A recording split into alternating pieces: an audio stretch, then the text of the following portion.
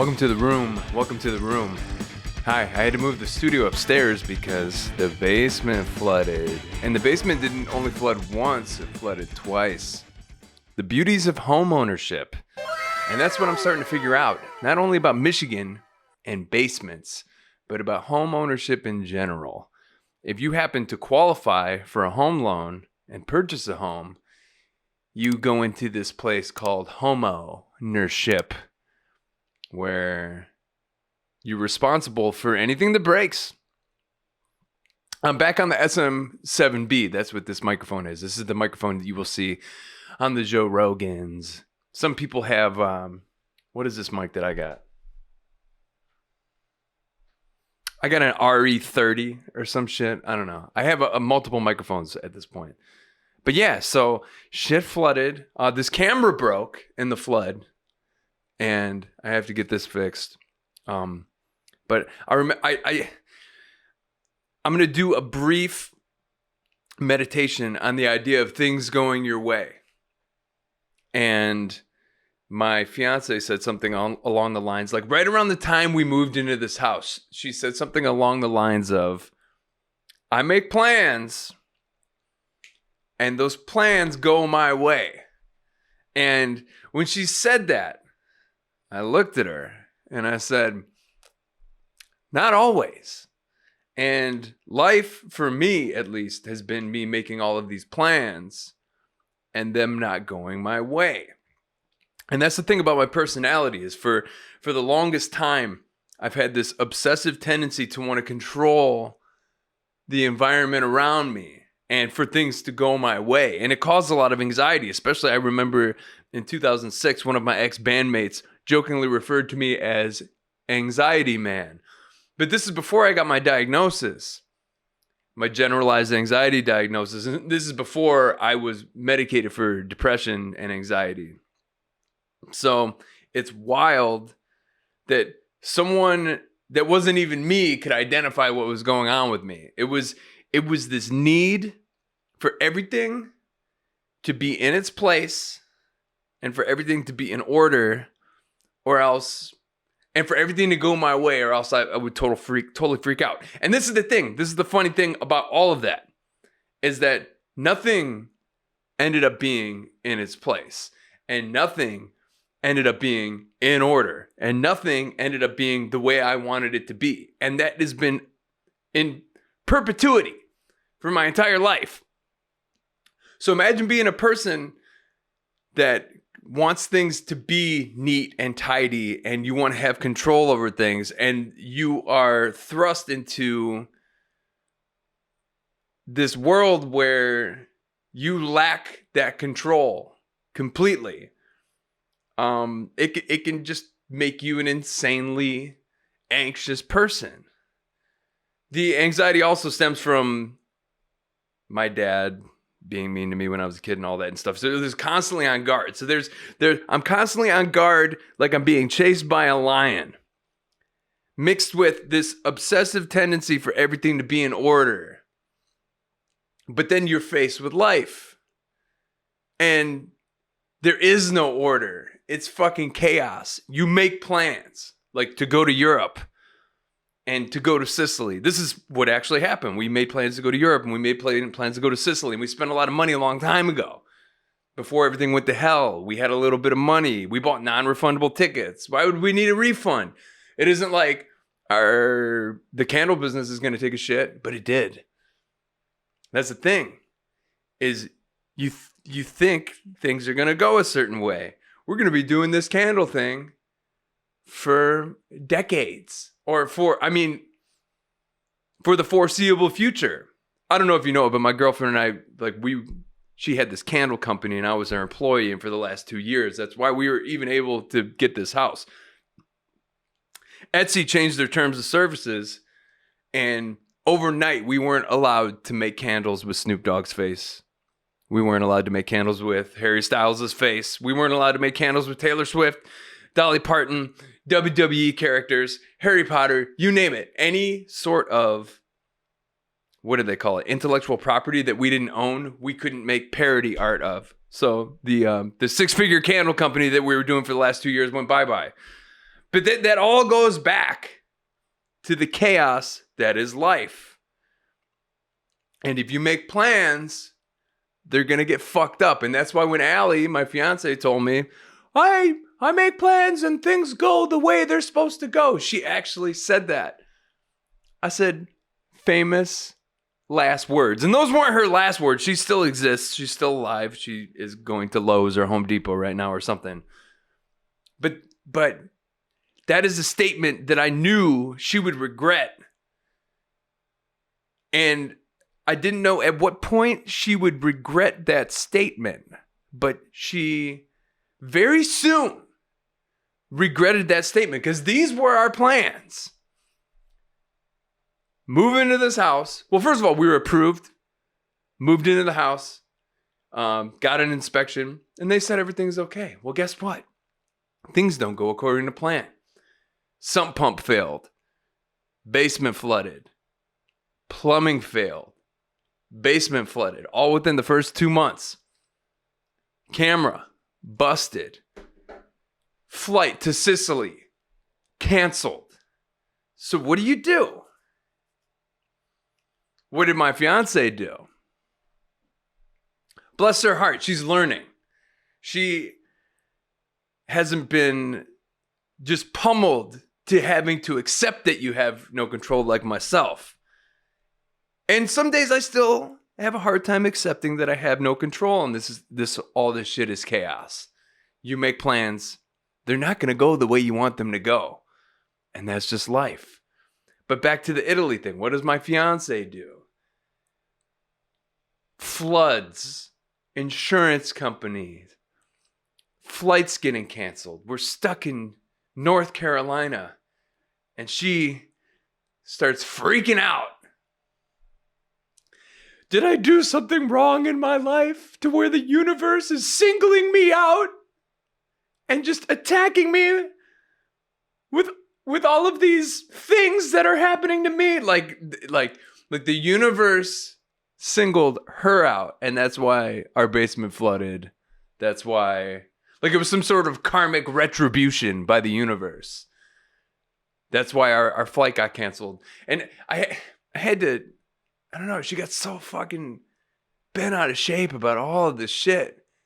And at the end of the day, not to play the game of suffering Olympics, but at the end of the day, nobody died.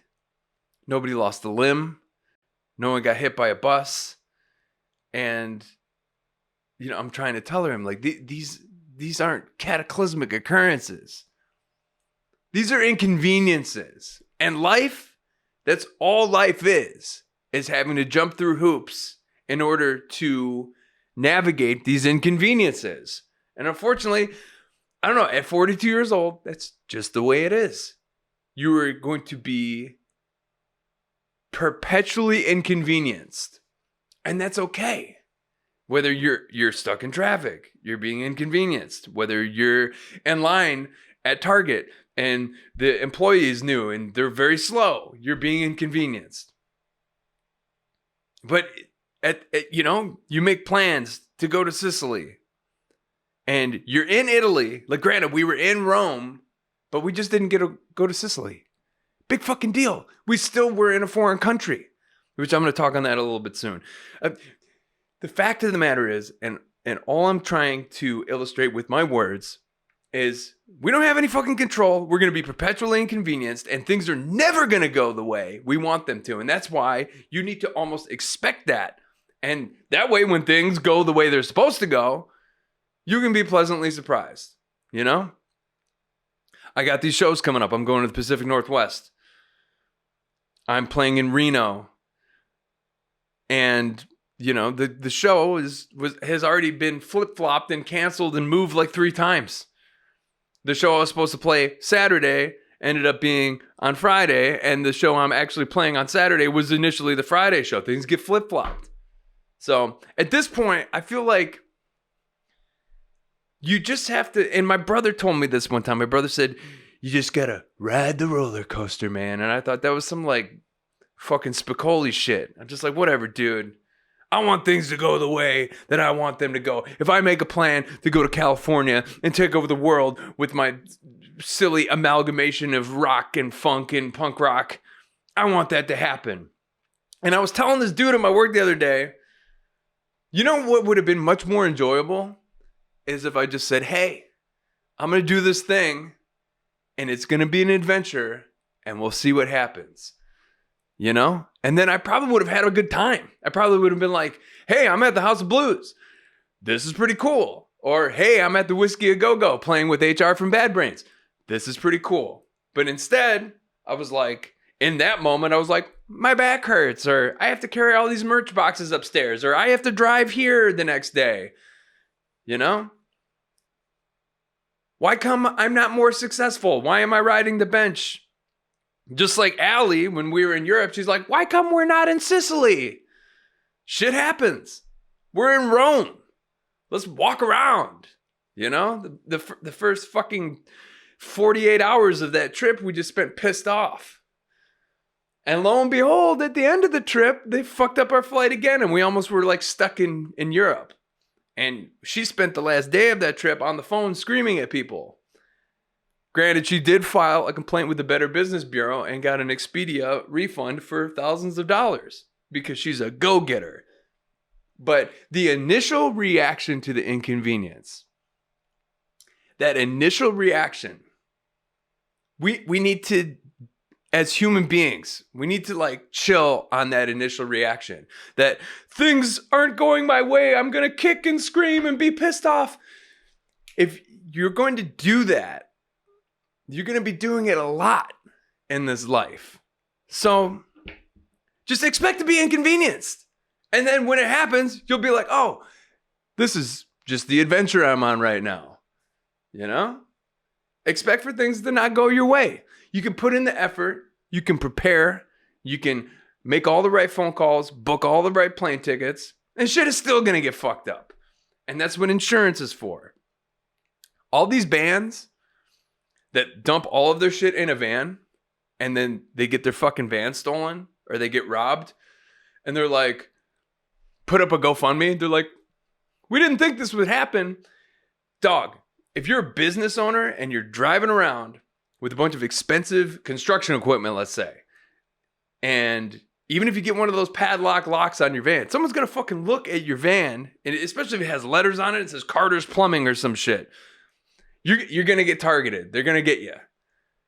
You're going to get robbed at some point. Someone's going to steal some of your shit. Or if you own a house and you have a basement and you put a bunch of fucking expensive camera equipment down there, someone's going to fucking, whether it's the universe that has a karmic fucking, they have your number, they have your karmic number, someone's going to get you. You're going to get got. They're going to fuck your shit up. So that's what insurance is for. And that's what I told Allie. We have trip insurance. When the basement flooded, I said, this shit is insured. I already got my insurance settlement on this. I just have to figure out how to fix it. This camera doesn't work anymore. I'm a one camera man. I only have one A6400. And it's the one that I'm filming this shit on right now. So, hey, how's everyone doing? Sorry, it's been a long time since I've done one of these podcasts, but I've been doing a lot of these solo rants where I'm just ranting and ranting and ranting. And that's what I've been doing lately. I have more guests on the way. My friend Anthony, I'm going to have him on the podcast. And now I'm upstairs instead of in the basement. And that's the thing. I was really pissed off. I spent all this time getting the studio together. I'm like, it's so nice. My gratitude was at an all-time high. I'm like, I can't believe I have this beautiful basement.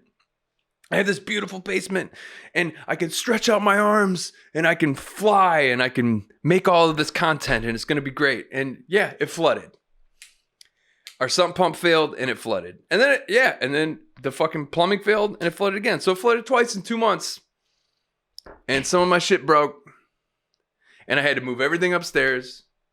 And yeah, even the advice I just gave the camera of, you're going to be inconvenienced. I didn't listen to that advice. I was inconvenienced. And then I got depressed. And then I got sad. And then I felt sorry for myself. And now I'm hyper caffeinated and talking into a microphone again. You get pummeled to the ground, you get inconvenienced, things don't go your way, and you pick yourself up and you dust yourself off, and then you start bullshitting again. And you start making shit again. And that's where I'm at right now. We went to Italy. I want to talk about Italian coffee. Espresso. They don't do it in Europe like they do in America. In America, okay, I remember the first time I had coffee, you know, it was in a mug, a white mug, and it was at my first job, Guernsey Farms Dairy. This was in the year 1994, I believe, 95 maybe. I was in middle school going into freshman year of high school, and I had a job as an ice cream scooper slash bus boy. And this is before I really started getting addicted to drugs. I had already started drinking a little bit at this point, but I had not discovered caffeine in a big, big way until around 8th grade, freshman year of high school. And I remember this big cup, and you would press the button behind the server station, and there was a coffee machine, and there was these coffee, you know, what the fuck is it? It's not a mug. It's the thing. It's the pot, fresh pots. Yeah. So I filled it up, and I remember it. At first, I fucking hated the taste of coffee. So luckily, I worked at an ice cream store, and we had a whipped cream gun that was actually pressurized by nitrous oxide, which they don't even do that anymore. I don't think. I don't know. Do they pressurize the whipped cream at ice cream places with nitrous oxide? They had nitrous tanks to pressurize the whipped cream, like, on site. And yeah, so pressurized, freshly made whipped cream. And then I would put cherry juice, like the grenadine, in there. And then I would put maraschino cherries on top. So, like, that's how adverse I was to the taste of coffee at first. But the thing about coffee is that it's straight up just watered down espresso. The way Americans drink coffee. Hold on, I'm going to take this. Hi, I'm recording a podcast. Oh, okay. I'll let you go. What do you want? Nothing. I was just saying hi, and I went to Lowe's and Home Depot, and I was farting around, but I decided to, it's going to get delivered tomorrow, but I got us like a little $40, charcoal barbecue. So on Monday, me and you can hang out, and we can like make some little burgers or something. So, I work for a catering company and I grill, right? I know. And on my day off, I'm going to grill. No, it's just, babe, it's a $40 like little mini. You can only fit like 2 patties. Like me and you could do. Yeah, like, I know exactly what you're talking about. I just think it's funny. It's like, that's what I'm going to do on my day off. I'm going to grill burgers when all I do is grill burgers.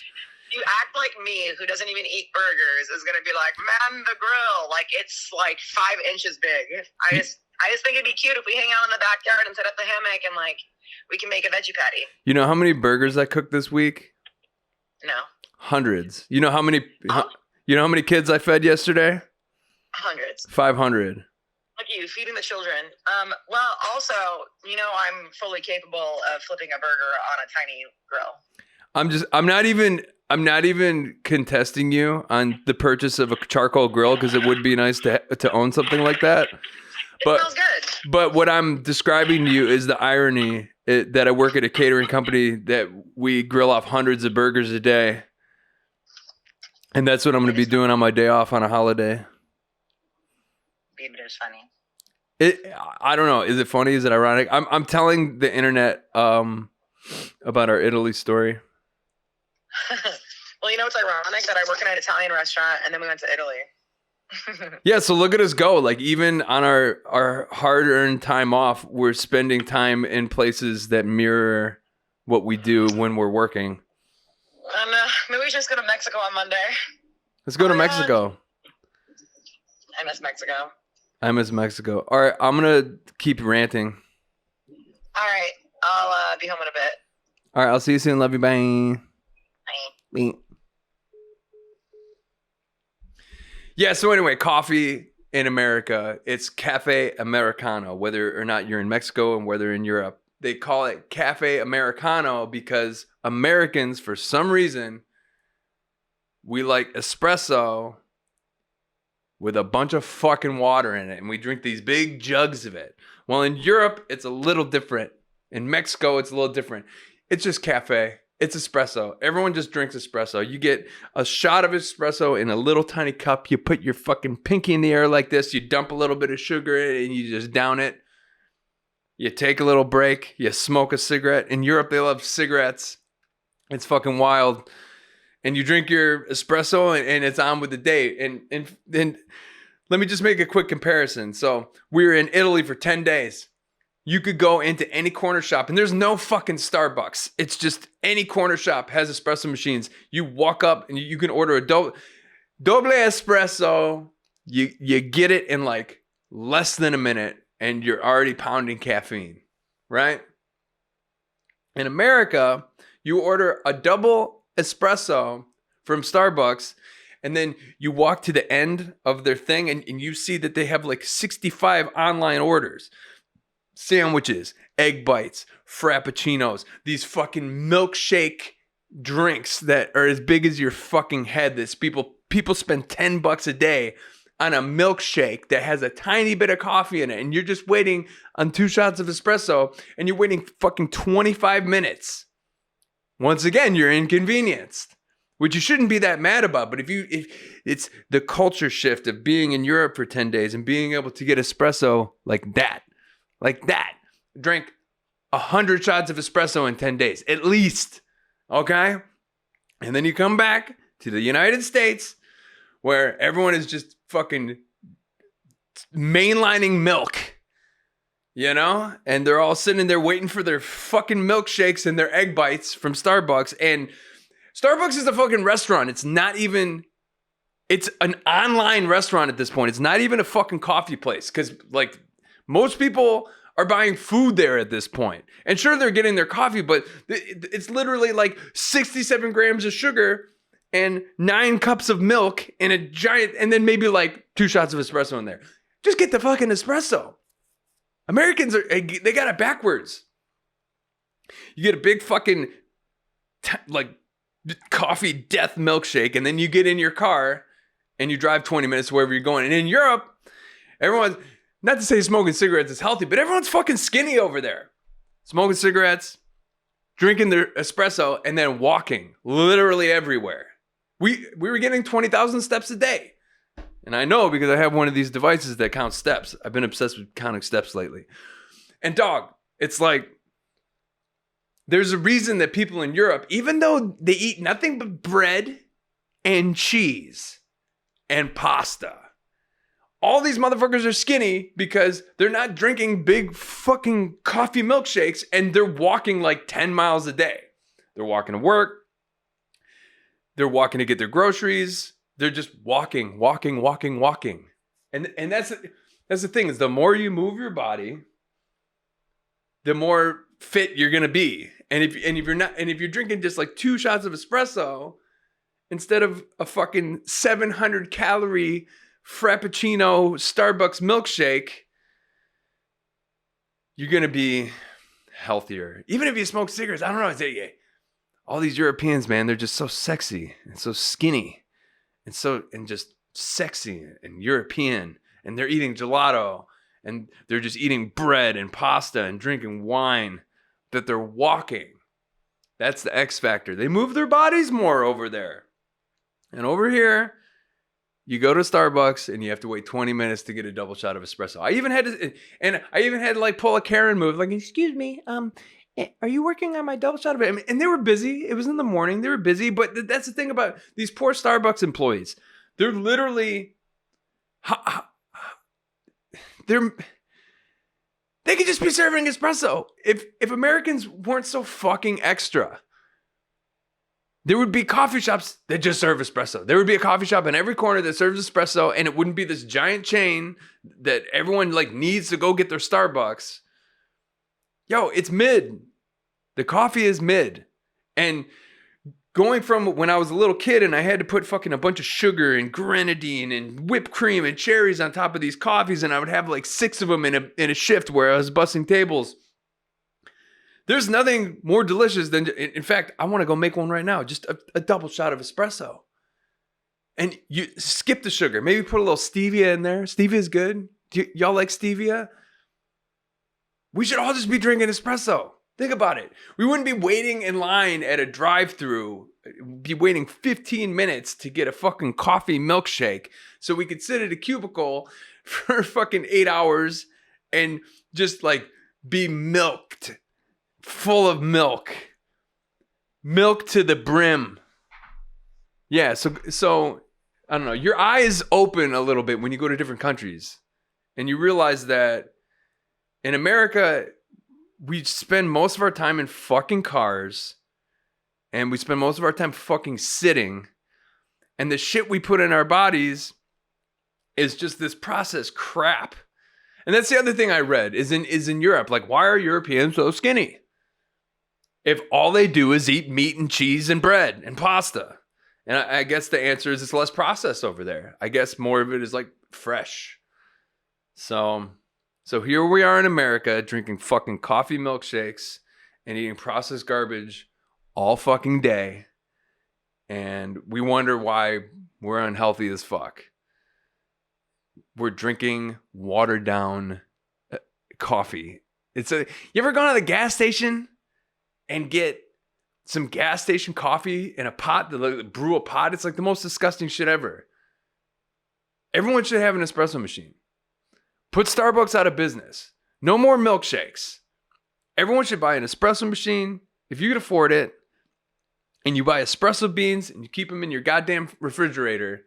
You never have to go to Starbucks again. You never have to buy a $5 fucking milk latte again. Almond milk latte. You can make that shit at home for like less than $1 a day. You know? And it's just as good. And it's faster. And you don't have to wait in line for everyone to get their goddamn milkshake egg bites. So that's my rant. What's funny is after we got back from Europe, Allie sent me this photo, and it's like the first Starbucks opened in Rome, Italy, where we just were. And there was like a big line. It's like, motherfuckers, why are you in line for some American milkshake coffee bullshit when every single corner of the goddamn ancient city has bomb-ass espresso and these freshly made strudels and all this shit? They don't eat eggs over there for breakfast, by the way. They eat nothing but pastries. They're the skinniest, sexiest motherfuckers you've ever seen. And they're eating nothing but meat and pastries and meat and cheese and bread. But they don't fucking drink coffee milkshakes and they don't sit on their ass all day. It's wild. It's wild shit. It was nice. It was nice to go to Europe and spend all that time over there, but also the amount of stress that came from the inconvenience that was traveling and my fiance's inability to kind of roll with the roller coaster, like my brother said, made it a very stressful excursion. And I gained 8 pounds. I gained 8 pounds in 10 days from eating bread and meat and cheese. And I moved around a lot. So this is my question, is if I was eating all this unprocessed food, why didn't I lose weight? Because I was moving around a lot. And if I was just drinking this espresso instead of these, I don't drink the coffee milkshakes anyway. Why didn't I lose weight when I was over there? That's the question. And I think one of the main answers is I was constipated. Yeah. So, yeah. And the other thing that I got to do in Europe that was pretty fucking wild is going into Vatican City. And if you know anything about Vatican City, did any of y'all see that movie Hudson Hawk in the 90s? That's like a deep cut. Deep Bruce Willis cut. Danny Aiello, rest in peace. Bruce Willis, I hope, whose health is failing. My shouts out to Bruce Willis. Love the Die Hard movies, especially Die Hard with a Vengeance, Samuel L. Jackson. Good shit. Vatican City is, you know how security is getting on the airport? If you've taken a flight lately, it's like, you know, you're waiting in line and metal detectors and that. Getting into Vatican City in Rome, it's the ancient home of the Pope and the Sistine Chapel and all of this like amazing architecture and Michelangelo. And I'm a confirmed Catholic. It's wild. I confirmed when I was in high school, and my dad's side of the family showered me in checks They wrote checks. They gave me money because I said, I'm with Jesus, y'all. I don't really believe in, I don't know what I believe in. I don't know. I'm not Christian. And the Catholic Church has blood on its hands and is a terrible organization. But I will say it was, especially being an art dude, like you hear about Michelangelo and you hear about how he went blind and painting the Sistine Chapel and, you know, how he did the Final Judgment and he was old and it was like the last thing he did before he croaked. And, he, you know, Michelangelo's David. That's the other thing is in Rome, they're obsessed with David's dick. Every corner shop you walk into has like these little keychains and it says David on it. And there's like the little David dick. Here, I'm going to go grab it real quick.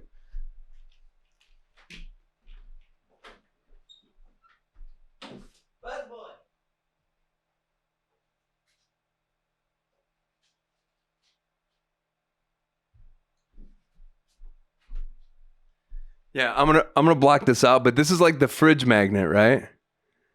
And underneath my finger is David's thing. But yeah, they sell Michelangelo's David. His penis is on full display. You know? And it's wild because imagine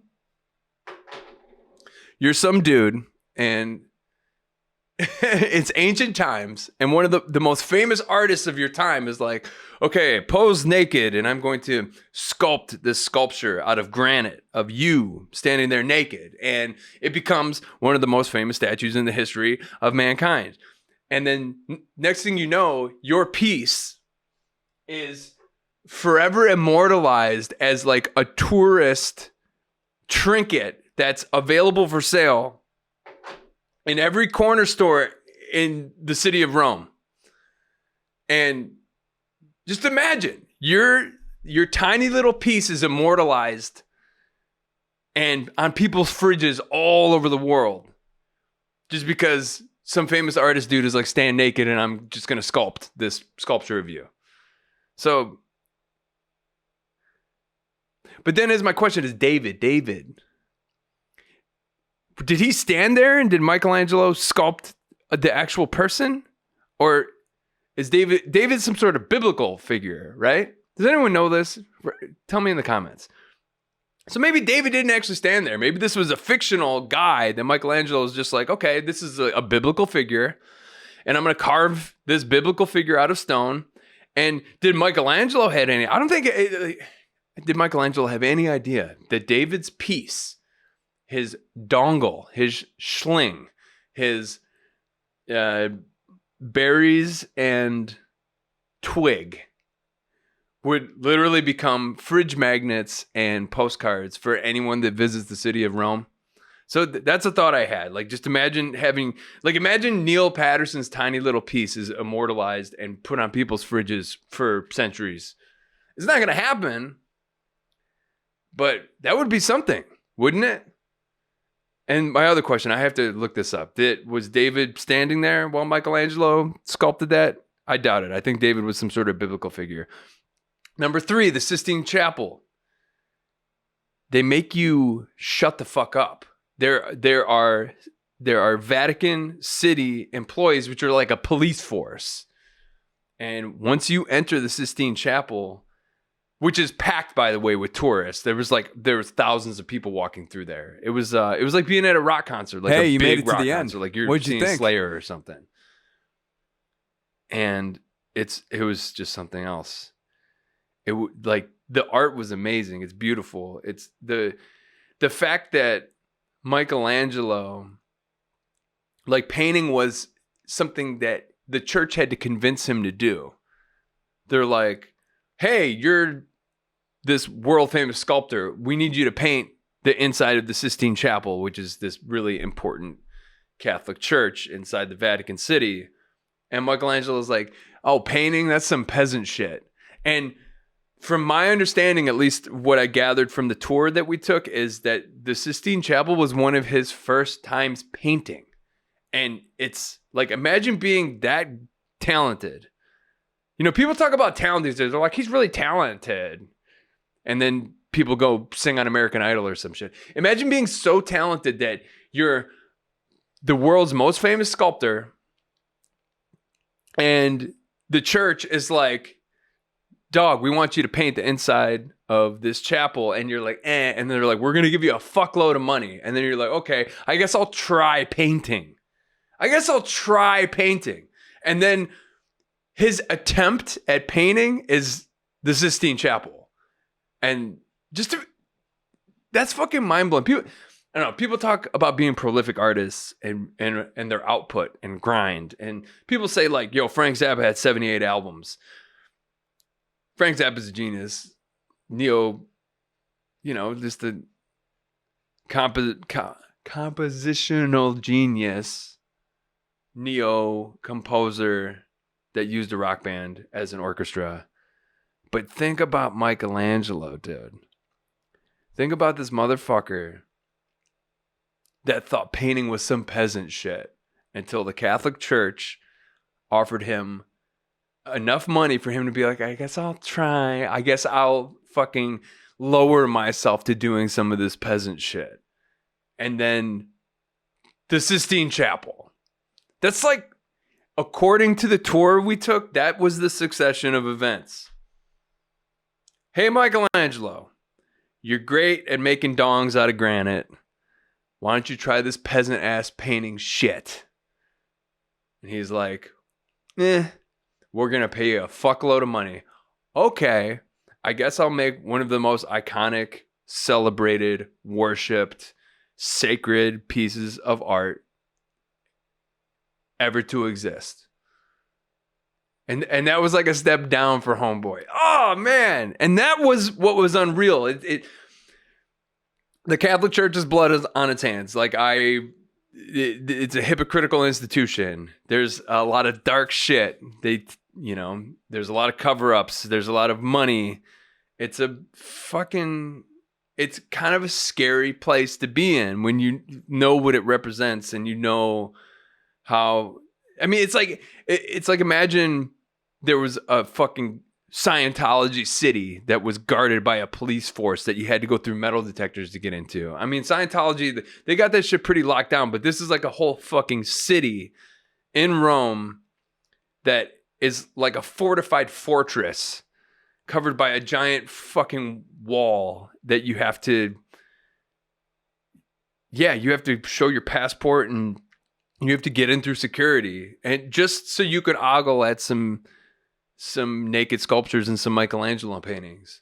So it was very intense being there, especially with so many tourists. And then you get into the Sistine Chapel and they tell you to shut the fuck up. They're like, no pictures and shut the fuck up. And there's guards everywhere. And so like really the only way you could document being in there is with your fucking eyes and your memory. So you just like, you look up at the ceiling and there's all the Michelangelo paintings. And it was powerful. And yeah, and the controversy it caused too, the Last Judgment, whatever the final Michelangelo piece was, it's on like the outer wall as you walk in, is all about the apocalypse. So there's all this gay symbolism and this. It really shook things up at the time. Michelangelo's like, all right, he's like, you're going to give me carte blanche to do whatever the fuck I want to do. And Michelangelo made what I would maybe the equivalent to like a Dead Kennedys record in the 80s or something. Like it had people gasping and talking like, you can't do that. Bunch of naked men kissing each other like fucking Satan, and people like writhing in agony and hell and whatnot. And yeah, I don't know what I believe as far as life after death, religion, and all that stuff, but it's very powerful to be in the presence. This is shit that like old people, they do a pilgrimage. Like old Catholics that are like obsessed with Jesus, they will make a pilgrimage to Rome so they can see this shit. And it's like no pun intended, but a fucking literal religious experience for these people. They've been waiting their whole lives to see this shit. And I'm like just in there being like, wow. It's Yeah, you can have contempt for Catholicism, and you can have contempt for Christianity, and you could have contempt for all that stuff, but it didn't lessen how powerful it was to be in the presence of art like that. And to you could like feel in the air how important it was to the people that were there. It was like, it wasn't just like a tourist stop. It was like really important to these people. And it's just wild. Human beings, man. The shit, like the fairy tales that we decide are truth and that we throw money on top of and that we pay prolific artists to portray. It's a trip. That's all I gotta say about that is it's a trip. It's wild being, and it's wild looking with your own fucking naked eyes at the representation of this obsession with shit that nobody really understands. Even the Catholic Church that, hundreds of years ago, they were dumping all of this fucking money into making this church this grandiose piece of art. I don't know, those motherfuckers really know if what they're talking about is the truth or not, like the blind faith and the amount that it has become big business. And you gotta pay to get into the Vatican too. It's big business, man. We're talking about thousands of people a day walking through those hallowed halls and paying money to get in there. It's like, dog, they make more money than fucking the Rolling Stones times a million. Yikes.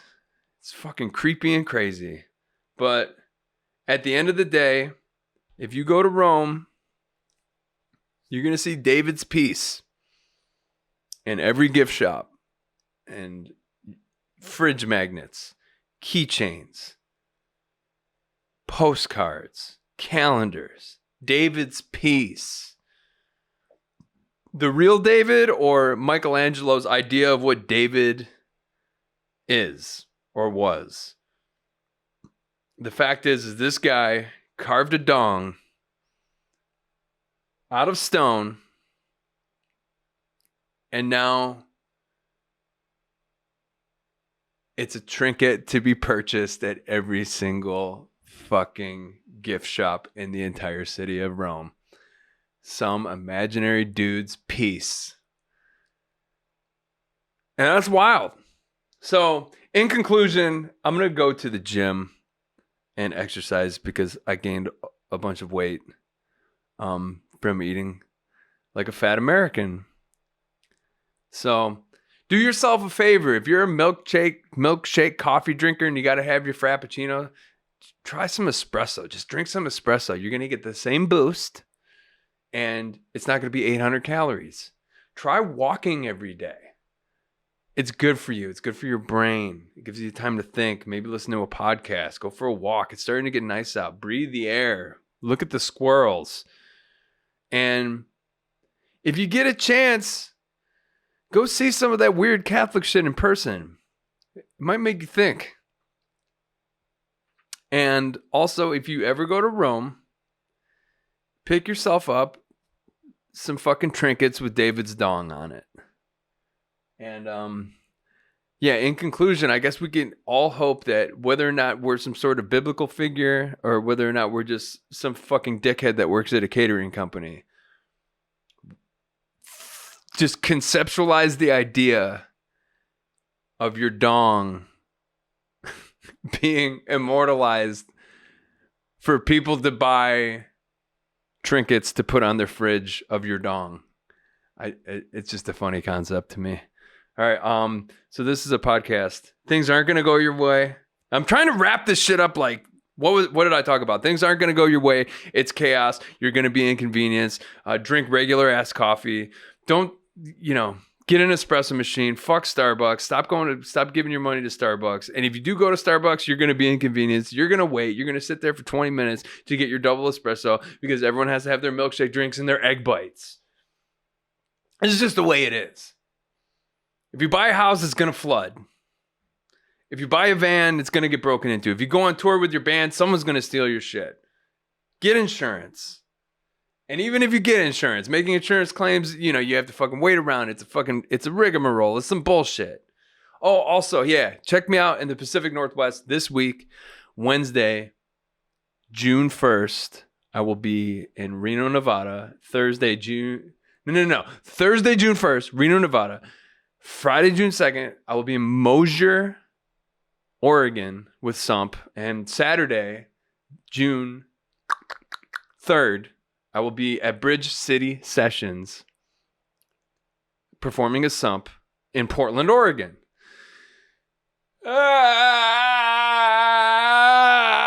Oh yeah, and I made a music video for my friend Yeti. I edited and filmed it, and I think it's really good. So I'm gonna put that at the end of the podcast here. So yeah, support the Patreon. I'm gonna keep making more of this stuff. I got an SM7B. I got another microphone too, and yeah, we're making content. And go to Europe if you can. And drink regular ass coffee. Quit putting water in your coffee. Just try espresso. Just try it. Try straight espresso. Or maybe put a little bit of stevia or some sugar in it. And just take the shot with your pinky in the air. And live like a European. Live like a European. Walk around. 10,000 steps a day. Just, it's good for your brain. It's good for your body. Walk. Okay. That's what I'm going to do the rest of the summer. I'm going to get lean. And I'm going to do all of that. Okay. So thank you.